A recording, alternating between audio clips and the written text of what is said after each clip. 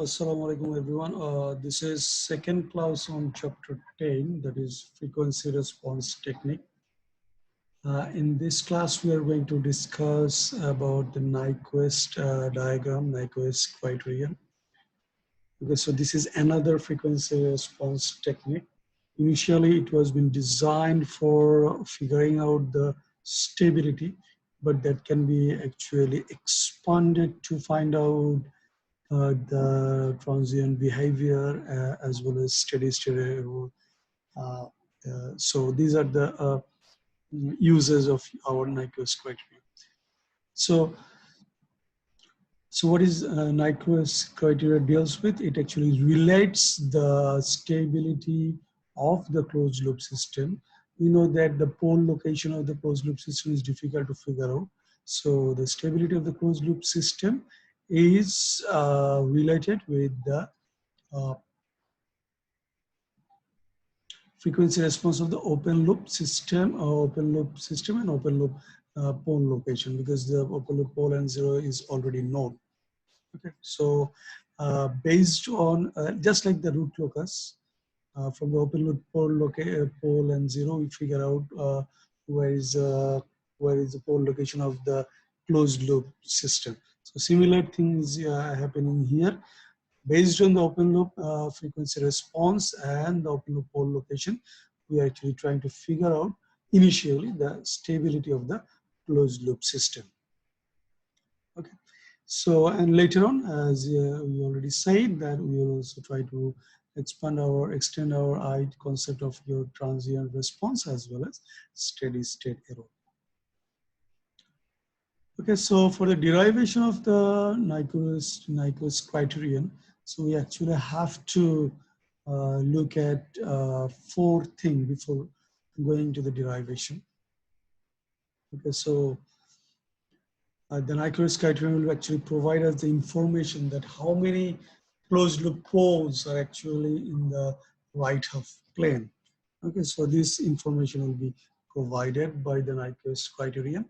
And before proceeding to derivation of the Nyquist criterion, we actually have to look at the four conditions, four important concepts. The first concept is actually the relation between the poles of 1 plus g of s h of s and the poles of g of s h of s. Okay, so for deriving this thing, actually, we already have uh, defined what is g of s h of s in terms of numerator and the denominator. Okay, so and then we multiplied the g of s h of s to figure it out. Then these are the actually poles of g of s h of s. So and then we figure out what is 1 plus g of s h of s, and we also figure out the poles of 1 plus g of s h of s. So we can see that the poles of g of s h of s is same as the poles of 1 plus g of s h of s. So first relation is understood. So actually dealing with g of s h of s and dealing with 1 plus g of s h of s in respect to poles is the same thing. The second idea is relation between the zeros of g of 1 plus g of s h of s and the poles of the closed loop transfer function. So we figure out the closed loop transfer function here. The poles of closed loop transfer function is actually same as the zeros of 1 plus g of s h of s. So if we take care of the zeros of 1 plus g of s h of s, then actually we can take care of the poles of the closed loop transfer function Ts. So these are the two things can easily be understood from the equation that is being shown here. So for the other two, that is the concept of mapping points and concept of mapping contours, that needs diagrams to get it understood. So first of all, the point mapping. So point mapping, actually we discussed this point mapping in chapter 8 in the root locus. So in the root locus, what is being said is if you have a complex number in S-plane, and if you pass it through a function f of s, so a complex number, then another complex number will be generated. Okay, so this is what is called point mapping.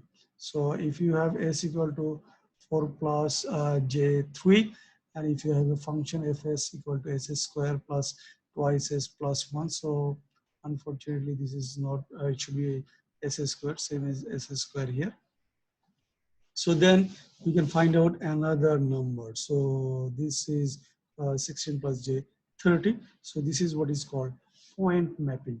We said that point 4 plus j3 is mapped into 16 plus j 30 through the function s square plus twice s plus 1. So basically one point from a S-plane, okay, S-plane going to another point, so 4 plus j3 somewhere here, okay, and the other one is 16 plus j30 somewhere here. So maybe this is what you can call W plane, okay, or more generalized term we are going to say is GH plane. So later on we'll see why we call it GH plane. So this is the point mapping. Now about the contour. What is contour? Contour actually closed path, a collection of paths. So this is a contour. So starting from this is a contour A. So maybe direction can be clockwise or anti-clockwise. So we have a closed path, closed collection of points. Okay, so this is called contour. So if you want to map the contour, so you have to take each and every point of this contour A, you have to take the point and you have to fill into this function, then you have to find out the corresponding value and then you place it into the F plane they are calling because of the function, maybe W plane or GH plane, okay. So for each and every corresponding points, you have to find out the points and then you have to find out the corresponding points here and you have to plot it. So this is what is called contour mapping. Not necessarily that it will always be, you're taking a clockwise direction here and it will be clockwise here as well. So sometimes it will be anti-clockwise as well. So the direction here and here may not be same. Okay, so this is what we are going to see in detail with rest of the contour example. Okay, so bottom line is each and every point of one contour will be fed through a function and then we find out another contour in another plane. So this function f of s actually will try to replace this function by 1 plus g of s h of s. Okay, so then we can say that this is going to be our GH plane. Still not GH plane, so you may be saying that 1 plus GH plane. So, but later on we'll be actually only plotting GH instead of 1 plus G of S, H of S. So now look at few examples. So if your function only have a 0, in that case, so you have to find out the magnitude of any point. Say we are considering about this point. So at any point, what is magnitude? So if the length vector will give you both magnitude and the angle. So since it is a 0, so corresponding, we know how to find out the magnitude. Magnitude is k equal to basically 0 length by pole length. But since we only have 0 length here, so it will be actually proportional. Okay, so in case of this one, magnitude will be, since we only have poles, so we only have a 1 pole, so 1 by pole length. So pole length. So that is why it is actually inverse. So this is about the magnitude. What about the direction? So direction here, direction is actually coming from the phi value or angle. So angle will be actually 0 angle, summation of the 0 angle minus pole angle. We don't have any pole angle, but here we have angle will be 0 angle minus, we don't have any 0, so minus pole angle. So If it is rotating in the clockwise direction, your contour, then it will have same angle, so it will also have clockwise direction. But here, if it is rotation clockwise direction, so in the pole, the direction will be anti-clockwise. Okay, so this is how you have to map the contour. But whether you have noticed or not, the point, the pole 0 and the pole here is outside the contour, and because of that, the contour that is being generated here or here, none of them is actually going through the origin. This is the point to notice. So let us look at the next examples. In the next example, now actually the pole and the 0 is actually inside the contour. So contour is actually including the point 0 here. And now the magnitude is same, magnitude is not changing. The only fact is that if you now rotate throughout this one, so basically you are rotating a 360 degree or a complete rotation. So that is why it is actually rotating around the origin. Okay, so this is coming from the Cauchy's argument. So similarly, for the pole, what we are saying that we already said the direction of the, if it is clockwise, then the direction here will be anti-clockwise, and if you have a pole, so the magnitude will be the same thing. And actually, since it is also having a 360 degree complete rotation, okay, so 360 degree complete rotation. So here also it will be going, the origin will be actually encircled by the pole and the mapped contour, and that one will be in counterclockwise direction. So for the 0, it will be clockwise direction, and for the pole, it will be counterclockwise direction. So actually, we can say that if we know, say we are given a curve figure like this, we have given a figure like this, so something like this, some contour like this we have. Okay, so now what can we say? And they are given that we have rotational direction is this. Okay, so this is our direction of the rotation. What does it mean? The origin is actually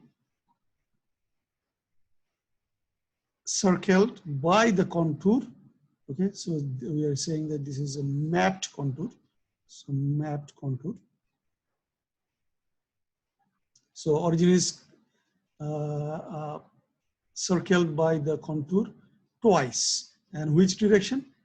Counterclockwise direction. So what you can say, counterclockwise direction is produced by the pole. So how many poles we have, we can say? So you can say that there should be 2 poles because 2 times it has been encircled. But this is not actually true, entirely true. It is true for one circumstance, but the more appropriate thing will be whatever the contour that we have taken, the contour has at least 2 more poles than 0. So if it is has a 0, 1, 0, then there should be 3 poles. Okay, if it has 2, 0, then there should be 4 poles. So yes, if there is no 0, then there should be 2 poles. Okay, so what the idea gives is how many more poles we have there.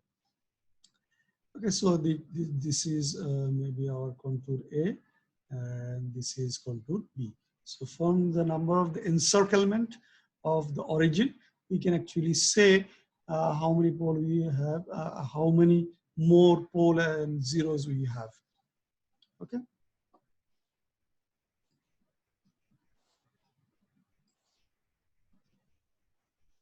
Now, next thing here is look at here. What we have is 1 pole 1 0, and because of 1 pole 0, you'll have 1 clockwise direction.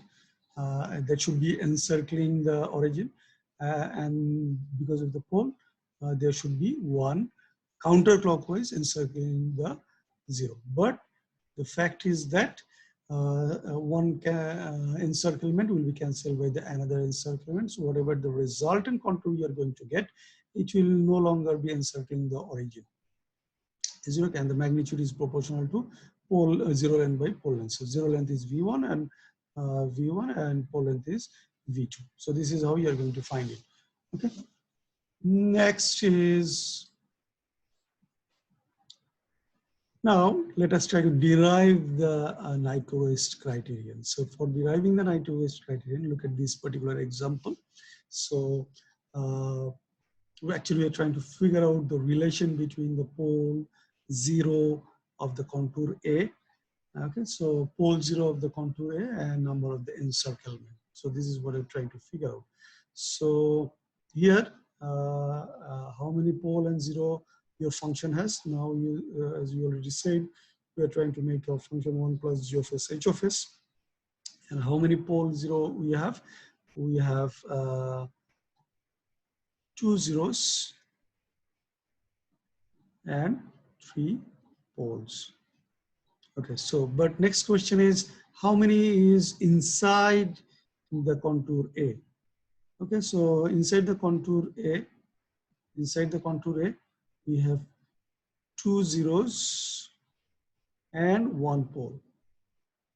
So how many encirclement of the origin should be there? Because of the 2 0, there should be 2 clockwise complete rotation, and because of 1 pole, there should be 1 counterclockwise. So 1 will be cancelled out. So whatever the resultant one will give you 1 encirclement of your origin. So as we already said that the pole and the 0 that is outside the contour, they are not actually having a complete 360-degree rotation. Rather, they're actually having only a oscillation maybe. Say we start from here. So we are moving, have an oscillation, then we are coming back to the same. So the angle rotation is maybe maximum this and this. So from this may be your angle. Okay, so maximum angle. So eventually it is going, having just oscillation and coming back to the same position again. So this is what we can figure out, the relation between.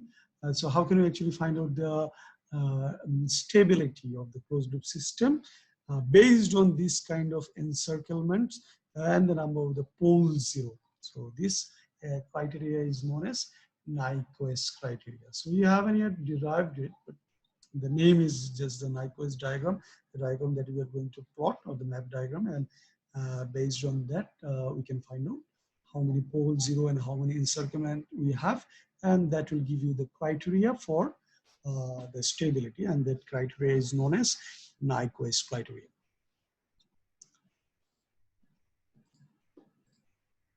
Okay, so we already discussed most of the points here. I've just put the points here so that you can go through directly without going to the book. So already we have discussed the ideas, most of the idea here. Now, as we already say that pole and 0 inside the contour will have a complete rotation. So if you have p number of poles, if you have p number of poles inside the contour, and if you have z number of zeros inside the contour, then how many rotation you will have? Actually, based on the difference of them, we are just saying that number, the pole is slightly higher, okay, because in real life system, or basically in most of the control system, we have higher number of pole than the 0. So this is why we're writing this way, but you can always find out the difference to find out how many encirclement you have. So bottom line is number of the encirclement will be the number of the pole minus number of the 0 of that function. So 1 plus g of s h of s has pole as well as 0. So the 0 of 1 plus g of s h of s is actually the pole of t of s. So zeros of 1 plus g of s h of s is actually the poles of TS, closed loop transfer function, and which is difficult to find. So basically, this is what we don't know, but this is what we know because they are coming from the open loop poles, and we can, from the mapping, we can find out this one. So this is unknown, and this is actually poles of T of S. Actually, that gives us the information whether our system is stable or not. So this is unknown.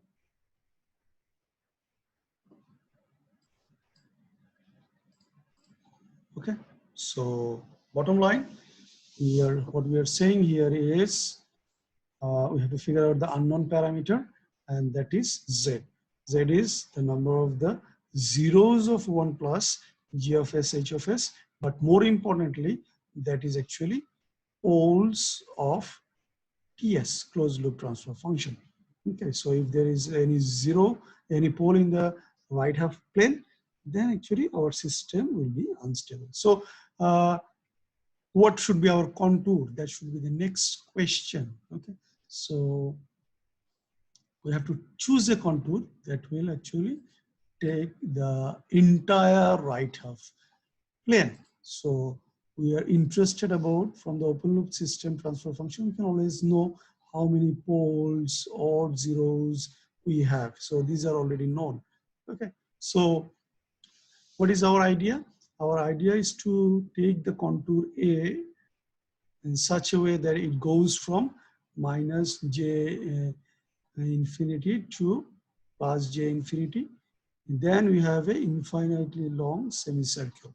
Okay, so this is our contour A. Now, if we know how many zeros we have, based on the fact that how many poles we have and how many encirclement, after mapping of course, we have to map this contour A into another contour based on your 1 plus GS HS. Okay, so then we find out how many encirclement of the origin we have, how many open loop pole we have, and based on that we find out how many closed loop poles we have. So these actually closed loop poles. Is it okay? So it seems very difficult to plot this huge semicircle, infinitely long semicircle, but we are going to see they are actually relatively very, very simple. Okay, so next question before actually going for plotting is that will it be wise to go for 1 plus G of S, H of S, or we can actually, because we know everything about GS, HS, it is already known. So the poles and zeros and poles, we already know zeros and poles. So will it be better to go for plotting 1 plus G of S, H of S, or we should go for this one? So for that one, I have just plotted the diagram in MATLAB. So this one is the orange one is actually 1 plus G of S, H of S. For that, we are actually looking for how many encirclement we have in the origin. But if we, instead of that, if we plot G of S, H of S, then the whole figure will be shifted by 1 unit. Okay, so instead of looking for how many encirclement we have at 0, we are actually looking for how many encirclement we have at -1. Is it okay? So since all the parameter of G of S, H of S is known, it is actually better to plot for G of S, H of S instead of 1 plus G of S, H of S. And instead of looking for how many encirclement we have of the origin, we are looking for the how many rotation we have around -1. So this is the only thing that is going to change.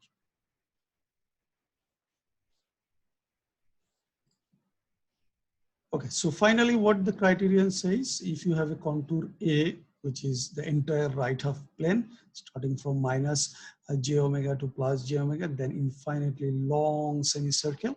Okay, so if that contour is actually mapped into G of S, H of S, we are no longer plotting 1 plus G of S, H of S, rather we are plotting mapping using the function G of S, H of S, and that is why actually the plane that is being generated is also known as GH plane. Okay, not 1 plus G of S. So if you map it through GS and HS, then what you are going to find? You are going to find out the number of the closed loop pole based on the two parameter, that is number of the open loop open loop pole and number of the encirclement which is achieved from the mapped contour, and that mapped contour is known as Nyquist diagram or Nyquist plot. So when your contour A is entire right half plane, then whatever the contour that we are getting after mapped into G of S, H of S, that contour is known as Nyquist contour, and that contour will give you how many encirclement you have and which direction, is it clockwise or anti-clockwise. Okay, so if it is so this is a final criterion, and based on that, if Z equal to 0, then you don't have any closed loop poles in the right half plane and your system is stable. And if your Z value is not 0, that means you have some number of pole in the right half plane, and because of that your system is unstable. So let us look at this example. So here you have to be careful that actually even though we have shown here the zeros here. Okay, so basically these zeros are not known. Okay, so primarily these are not known. What is the known parameter is this. These are the poles of your G of S, H of S. Okay, so if you plot it, and then you are going to get a mapped plot in the GH plane like this. So is there any encirclement of -1? No. So encirclement n is 0. Is there any pole in the right half plane here? Anywhere here? No. So pole is 0. So your Z equal to P minus N. So 0 minus 0 is 0. So basically you can say that we don't have any pole, closed loop pole in the right half plane. So what does it mean? Your system is stable. Okay, similar thing here. Now how many poles you have inside this contour? Open loop pole, 0 number of them again. And how many encirclement of -1 is there? So as you can see, there is two encirclement. So basically, encirclement is clockwise. So clockwise encirclement is considered as a negative number. So what do you have? Z equal to P minus N. So 0 minus -2, actually 2 poles are there. So your system is actually unstable. Why unstable? Because we have 2 pole, a closed loop pole, and which has been shown here as well. So 0 is unknown for our case.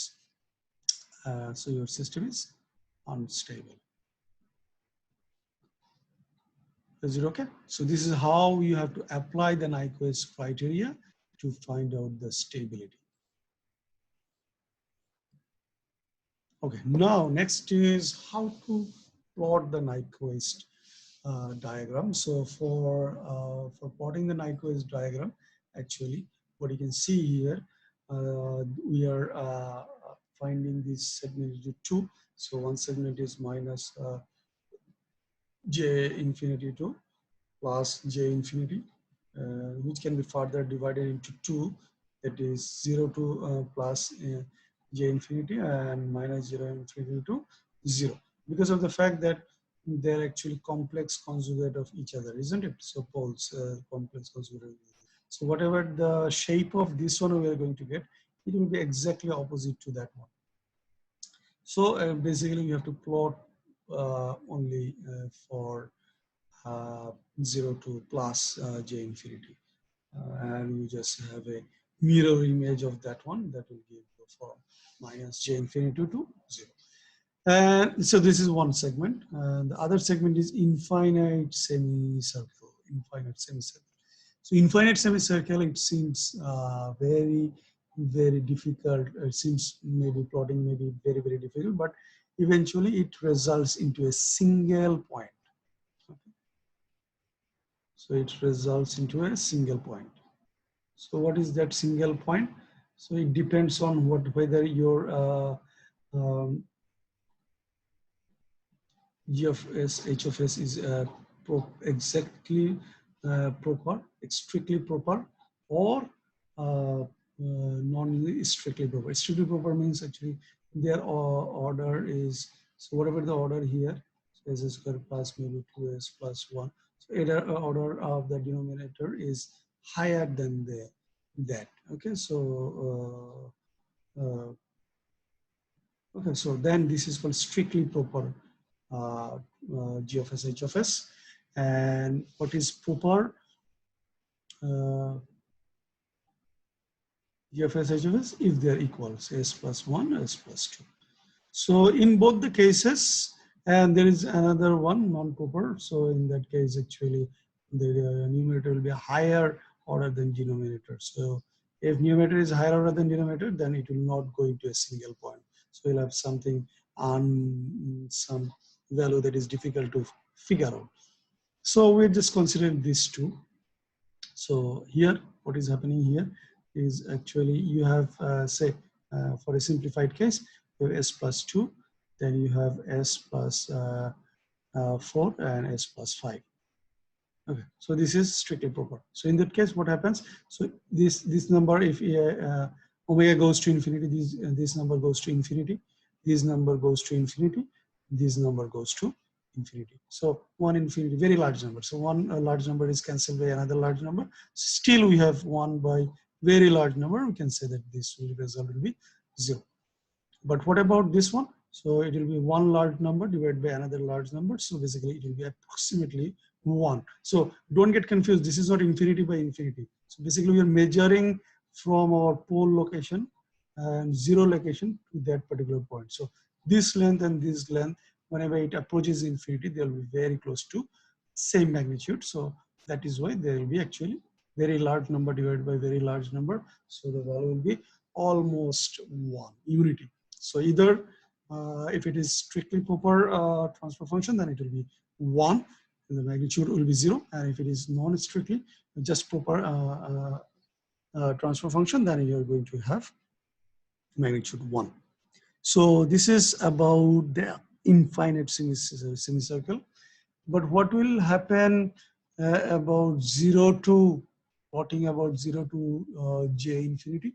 For that, actually, we don't have to take each and every point here, then figuring out. Rather, we are only concentrating on 4 critical points. What will happen at omega equal to 0? What will happen at omega equal to infinity? This is basically your start point. This is your end point.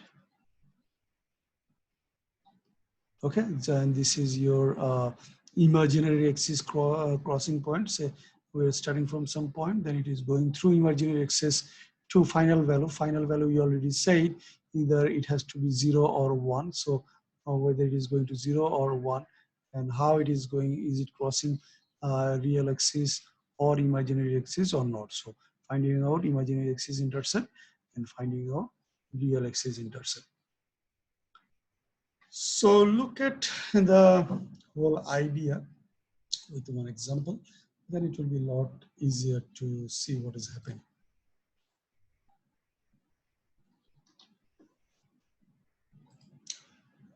Okay, so I think this is your example 9.3. So far I can recall. Oh, sorry, 10.4, example 10.4. Example 10.4. So a steam generated this is a steam turbine system that is being used to drive a generator. So we actually want to control the stream. So we measure the corresponding output, and based on our controller, actually we are opening the valve of the stream so that the turbine will be moving faster or slower. So corresponding transfer function is being given here. And generator transfer function is this. This is your turbine transfer function, and this is the rest of the one with unity feedback. So if you just multiply these two, then equivalent GS HS that you are going to get from here is basically 500 divided by s plus 1, s plus 3, and s plus 10.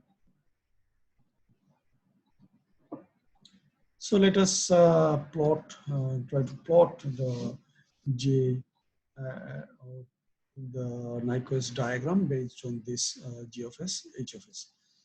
So here it is. So we already said that we have to look for the 4 points.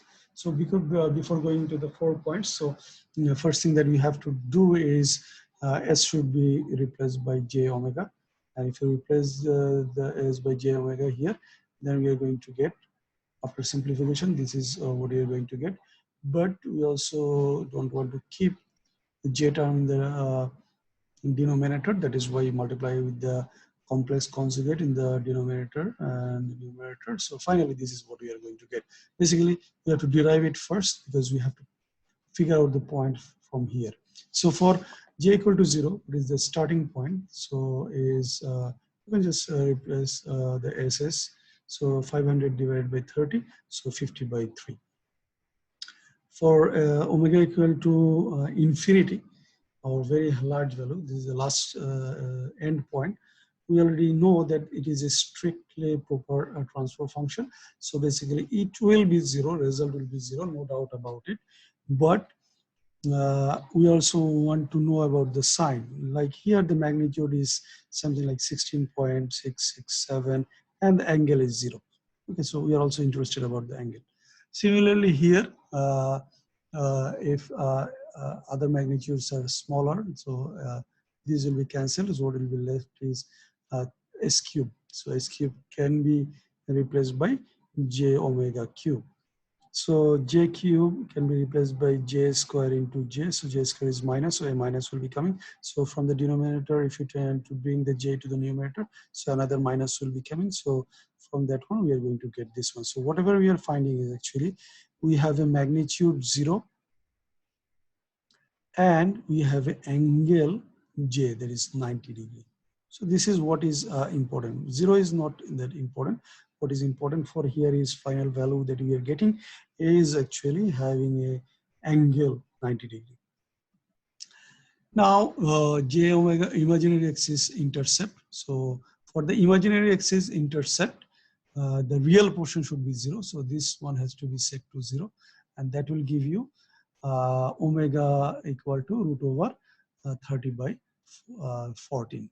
Okay, so if you put omega equal to root over 30 by 14 here, then you are going to get the value at which actually it is crossing, and that is nothing but j 8.35998, 8.35, something like that. So this is your j omega axis crossing, imaginary axis crossing. And what about the real axis crossing? For the real axis crossing, this parameter has to be set to 0. And this will give you omega will be cancelled. So omega square is going to be 43. So omega will be root over 43. And if you put that value here, and then you are going to find a value of minus 0.874. So 1 point we know, starting point 16 point something. Then we have ending 0 and j. And then we have real axis intersection is minus j 8.35, and also sorry, this is imaginary axis intercept, and the real axis intercept is actually we have minus 0.83. Okay, so this is one good thing to do. Now, first thing actually we're trying to plot this one, isn't it? So for plotting this one, we are actually for we have 0, all the angles are 0, so angle is 0, so this is verified here. Okay, so what about whenever you are at infinity? So all you have 3 angles, 90 degree angles, and they are contributed by actually 3 poles. So angle will be 3 into 90 degrees. But what will be their sign? Because we know that the angle is basically pole angle minus 0 angle. So pole angle minus, 0 angle minus pole angle. So there is no 0 angle. So you have minus 270 degree rotation. So if you go from here to here, actually there should be a minus 270 degree rotation. Okay, so let us try to place the point and then look at what is the rotation that we are going to get. Okay, so here starting point is 16 point 16 point something 16.66. So this is your starting point. And j omega x is crossing is half of that one should be here. So that means j 8.35. And real axis intercept is lesser than 1 somewhere here. Okay, so that is minus 0.8.74, something like that, 74. Okay. So now they have said that from here to here, if you jump, then there should be a angle change of, oh, one thing also, 0 plus something, isn't it? We find final value, 0 plus j something. So 0j plus j, saying we are here. Actually, for better visibility, so we are trying to make it slightly larger, but actually this is 0. 0 plus, because we have, what we found is 0, then j, or that is 90 degree. So 0, 90 degree. And what do you find out? That there is a 90 degree phase shift for each of them. So 390 degrees. So basically minus 270 degrees. So minus 270 degree, minus is actually for clockwise direction, and 270 degree rotation. So it will start from here. So it will go through this point, then it will be going through this point, and then it will be finally going here, coming here. Okay, so how many degrees rotation? So it is 0, then we have 90 degree, minus 90 degree, minus 180 degree, then minus 270 degree. Now it is having actually 0, 90 degree. So this is the one side. So next side will be actually replica. But before that, say we want to go from C to D here. So this one. So we know that the value is 0, infinite log, but there is a degree rotation as well, isn't it? So what is the degree rotation? We have a clockwise rotation. Okay, so clockwise rotation of how many degrees? So basically 180 degree complete rotation by each, for each of them. If you start from here, it will observe 180 degree rotation, it will observe 180 degree rotation, it will observe 180 degree rotation clockwise. Okay, so clockwise rotation, that means actually minus 180 degree. Okay, for the clockwise rotation. And how many of them? 3 of them. And also, is it a pole or 0? Because our angle has to be 0 minus pole angle, isn't it? So 0 pole angle we are only having. So now actually plus 540 degree rotation should be there.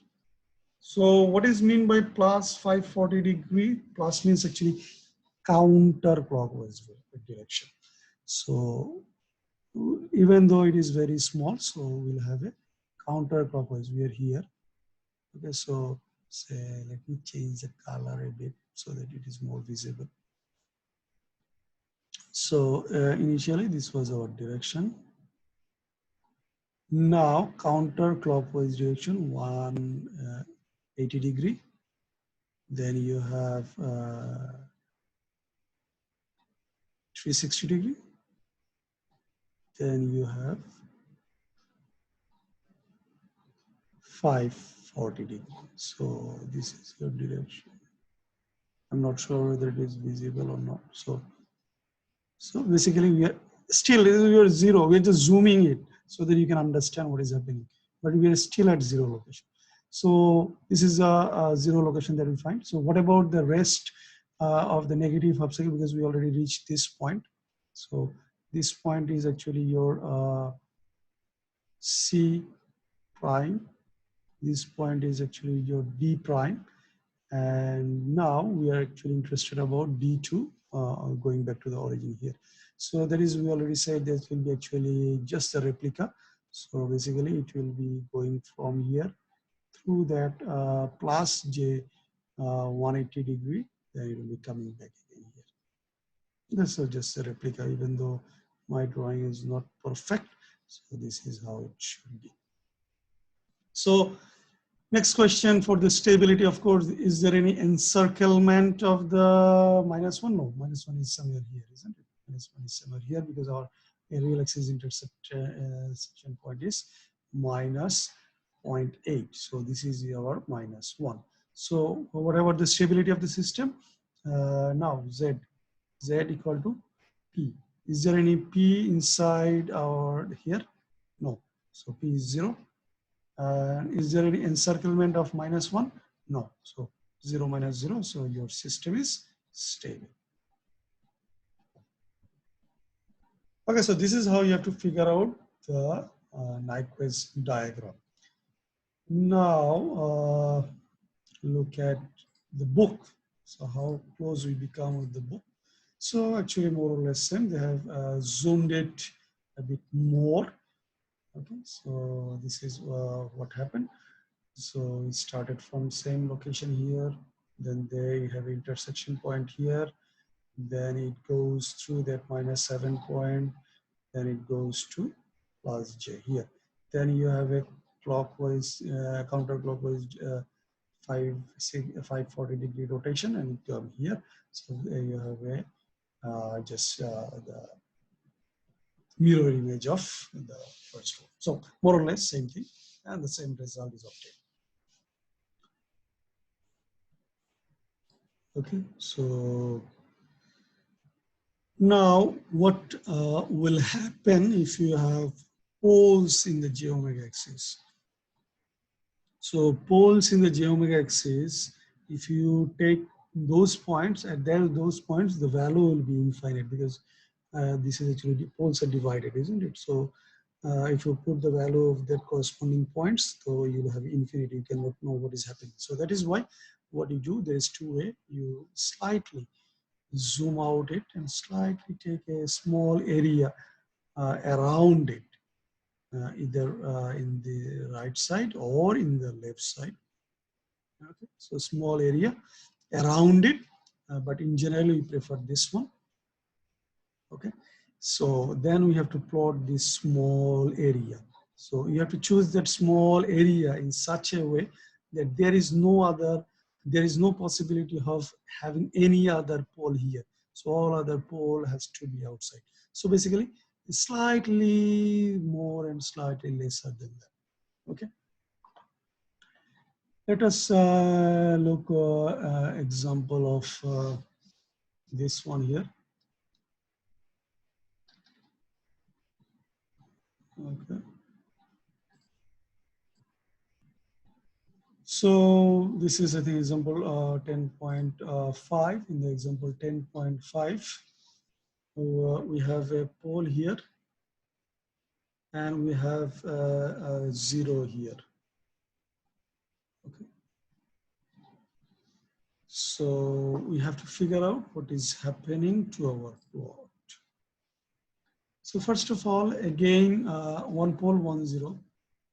So final value. Actually, sorry, I haven't drawn the. Actually, we have 2 pole here. Okay, so if we, the confusion came to my mind because our result is very close to 0 here. Okay, but if it is 1 pole and 1, 0, then it has to be 1. Okay, because then the transfer function is proper, not strictly proper. So that is why just from the book. Okay, so from the book, what we find out that actually the transfer function that is being given is g of s equal to s plus 2 then divided by s squared. So we have 2 pole hydrology. So now how to plot it. So from point A to B. So at point A, the magnitude, what should be the magnitude? At point, the magnitude will be, say it is 0. So 0 by 0. So it will be infinite. Sorry. So now we have omega equal to 0 you have to plot, omega equal to infinity you have to plot. then real axis intersect and imaginary axis intersect. Okay, so if the value is very close to 0, because we cannot take 0 because 0 is the pole location. So very close to 0 even, we are actually eventually going to get a location that is very high number, very close to 0, very close to 0, eventually say this maybe epsilon or something like that, epsilon plus. So at point A. So if it is epsilon plus A and this is a double of that, so basically it will be very close to infinity. Now we are also interested about the angle. So here, what is the angle? The angle contribution for this 0 is almost 0 because this point, even though they are showing here, this is actually here. So only for these two poles, the angle is 90 degrees. So 290 degrees, okay? And this is contributed by the pole, so there has to be negative, so negative 180 degree. So we are starting from negative 180 degree and the value very close to infinity. Okay, so this is the value of your starting point. So as you go along this point, gradually you're going to see that your value will be decreasing because higher the value of the omega, lower the value of the function. So we are going very close to 0. Okay, so at infinity, what will happen? At infinity, you have j omega divided by j omega square. Is it okay? So what we are going to get is 1 j omega will be getting cancelled out. So what we are going to get is 1 by j omega. So minus j 1 by omega. Omega is basically infinity. So what we are trying to figure out is the angle will be minus 90 degrees. 0 minus 90 degrees. So that is why 0 minus 90 here we are coming. Is it okay? And how many rotation, if you throw this rotation, what will happen? We have 1 pole, 0 and 2 pole. So 0 has 180 degree rotation and pole has 180 degree rotation as well. Okay. So 180 degree rotation, negative because of clockwise direction. So 2 pole you have and the two 180 degree rotations. So eventually what we have is minus 180 degree plus 360 degree. So basically plus 180 degree rotation. Plus means counterclockwise. So this is why around the 0 you have a counterclockwise direction, you're reaching here. So you're reaching here. And what about the rest of it up to point E? Just a replica of it. So you're just the reverse. So you're getting here. Now, what about E2A? So E2A, what is the angle contribution? Angle contribution for this one is 0 because of the fact it is actually very close to 0. And because of the pole, how many changes you have? Now, this direction of the rotation is counterclockwise. And counterclockwise, how many? So 180 degrees, 180 degrees each counterclockwise. So basically positive. So 2 of them. And because it is being contributed by pole, so it will be minus. So minus 360 degree. That means clockwise, you will have 360 degree. What is the magnitude? Magnitude 1 by 0 is infinity. So infinitely long. So a small one here is giving you a small, infinitely large one in the mapped one. Okay, so this is how you have to plot the small ones. And this small one is actually not contributing much in case of the encirclement. So is the test, the negative one is encircled here? No. So whether your system is stable or not? Yes, definitely the system is stable because you have 0 pole and inside the contour, and then the encirclement is 0 as well. So Z is 0 minus 0. So your system is actually stable. Okay, so I forgot to turn off my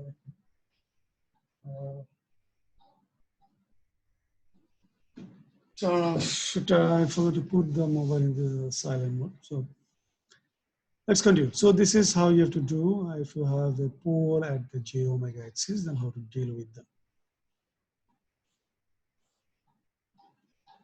Now the stability, somehow the slide has been changed. Okay, so the stability of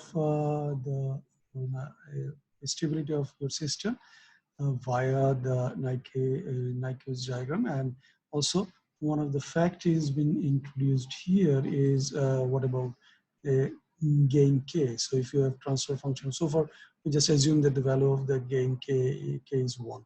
So if the value of the gain is not 1, then what will happen? So I'm sorry about this. Somehow it has been changed. So okay, so there is two ways to deal with your value of k. You can keep the k as it is, so it will expand or shrink the plot.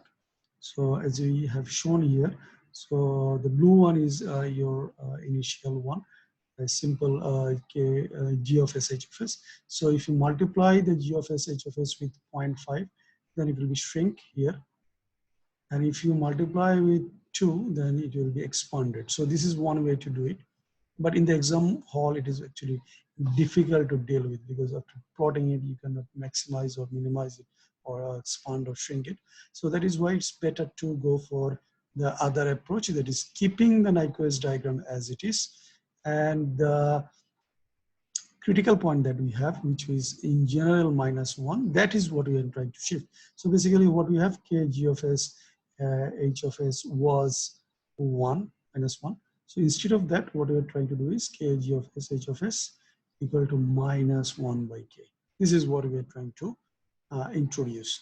So we are not keeping our critical point at -1, or rather we are trying to shift it based on your k.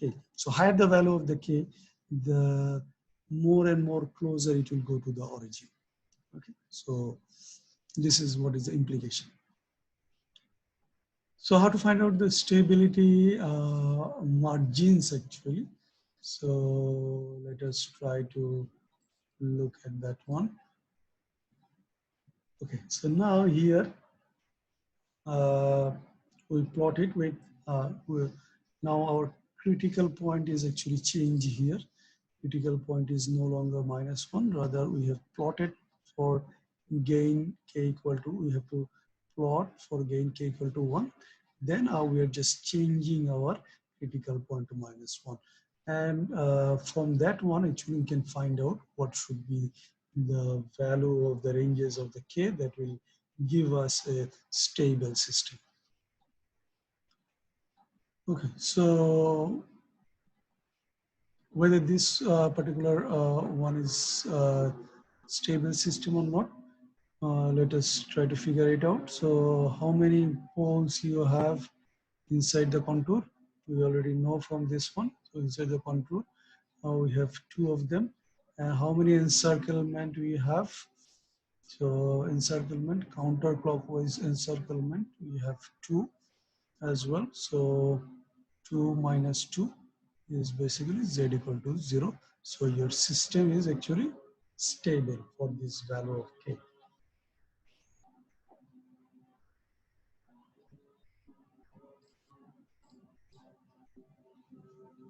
Okay, so let us now look at this particular example. Example, I think 10.6, and the corresponding the contour is being shown as well as corresponding Nyquist diagram here. And as you can see here, that we have 3 poles of the system, and none of them is inside the contour. And after plotting here, we can find out what is the value here. The value here is minus 0.0087. So basically it is 1 by k for our particular system. So from that one, we can find out what should be the value of k. So value of k should be 1 by 0.0087. And that will give us actually approximately 120.5. Okay, so what does it mean? The value of the gain can be added is actually your system is stable for value of k. lesser than 120.5. And if the value of k equal to 120.5, then your system will be going through this one, this minus 1 point, and your system will be unstable. So whenever our Nyquist diagram is going through -1, that corresponding point actually refers to our j omega axis crossing point. Axis crossing point.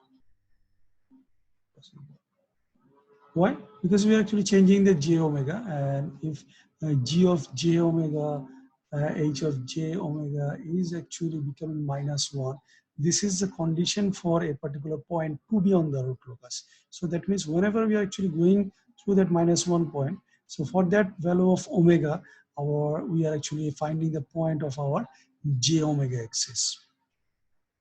Is it okay? So let us look at few other examples. So how to find out the range of k. So now we are trying to find out our relationship between the root locus and our the contour. So here the root locus is actually the blue one. So blue one, as you can say, our root locus always starts from value of k equal to 0. It ends with k equal to infinity, and this is for some value of k, say k equal to k1, we are actually crossing the j omega axis. Is it okay? So if you try to plot again, the fact is that these two are not known where they are. These two are unknown. Okay. So for k equal to 0 up to k equal to k1, our system is basically stable. So we are finding 0 encirclement. So p, number of the pole is 0, and number of the encirclement is also 0. And also you see that the value of the gain here is actually lesser than unity. So lesser than unity, lesser than unity. Okay. So for this type of system, with a value lesser than unity, smaller gain, our system is unstable. Whenever stable, whenever our gain is larger, then our system is becoming unstable. So system is stable for k equal to k1, and marginally stable k equal to k1, and unstable for k equal to greater than k1.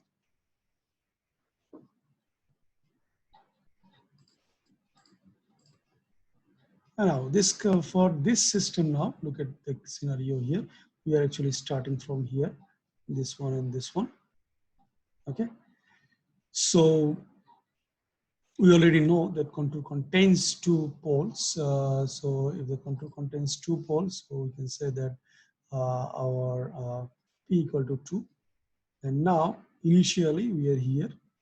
So k equal to 0 here. K equal to infinity here, and say k equal to k here, k1 here.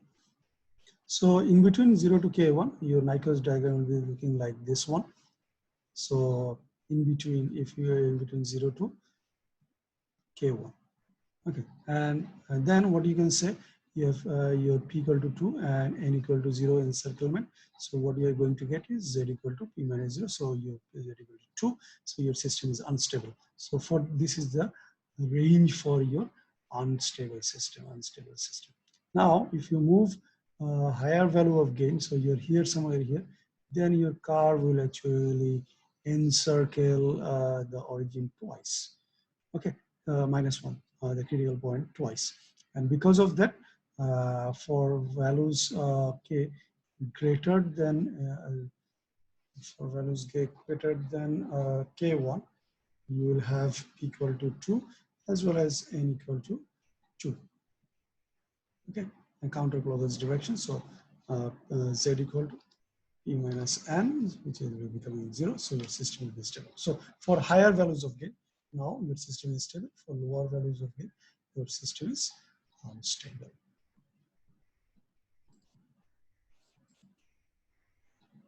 Okay, so this is a summary. So at 180 degree or unity gain, what is the value of the gain you have to figure out, and if it is more than 1, then system in general is unstable. If it is lesser, then but it can be for both one, as we already explained.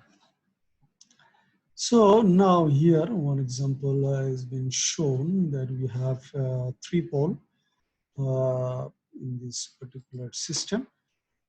Okay, so one pole here -2, one pole at -1 minus 1j1 and -1j minus 1. So these are the 2 poles. So if you find out the contour here corresponding, and they are just saying that the infinite semicircle is of no use because they are just revolving around 0 or 1.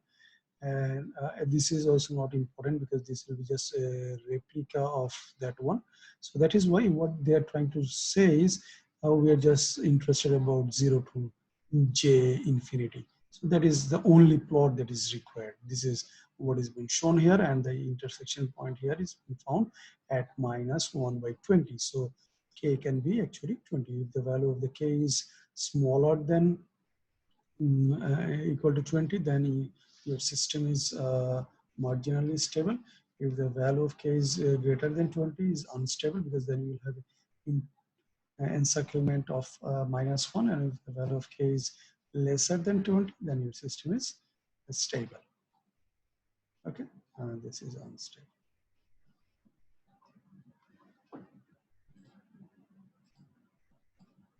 Okay, so phase margin and the gain margin. So what is meant by the phase margin and the gain margin? So this is arbitrarily our Nyquist diagram set, a part of it at least. Say this is the blue one. So how much gain it can tolerate before it becomes unstable. So basically what we are trying to figure out, how much the value here, so say this is -1/a. So if you multiply with a, then the value will be -1. So it can tolerate a gain of a, still it can tolerate a gain of a. So this is your gain margin. So 20 log a is your gain margin. So your system can tolerate a gain of 20 log a. So before the system becomes unstable. And what about the phase margin? So we figure out the point on this curve where the magnitude is 1. So then if you shift by an angle of alpha here, so then this point will be coming here.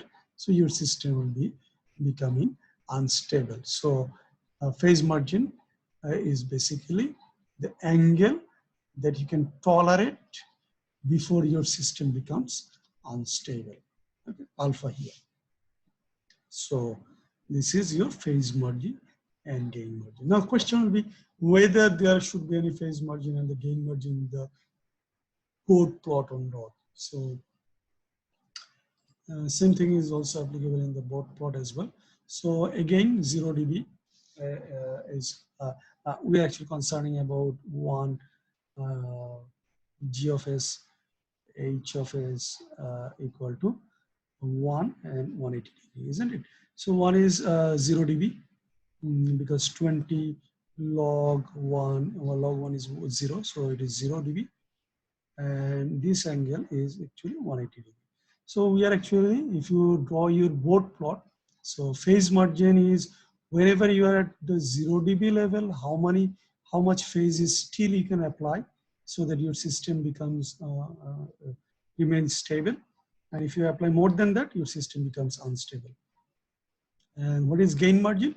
At 180 degree, how much gain you can still apply. So basically, if you move your curve in this direction, so that means at that level, your curve will be going through 0 degree level. Okay, similar thing will be happening here, phase margin. If you move your curve in this direction, so that many amount of phase you can actually apply. Okay, so this is phase margin and the gain margin of your board plot.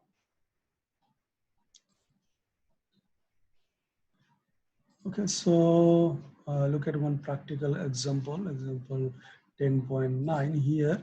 you can see that you have to figure out your 0 dB line. So 0 dB line and 180 degree line. So 180 degree line is here, okay, approximately at maybe 7 radian per second. And this is the crossing here. And how much amount of gain is still left here? So this is your, this length is give you gain margin. Okay, and at 0 dB, how much amount of 0 dB here, how much amount of phase still left from 128, 180 degrees. So this is your phase margin. So this is how you have to calculate your phase margin and gain margin from the board diagram.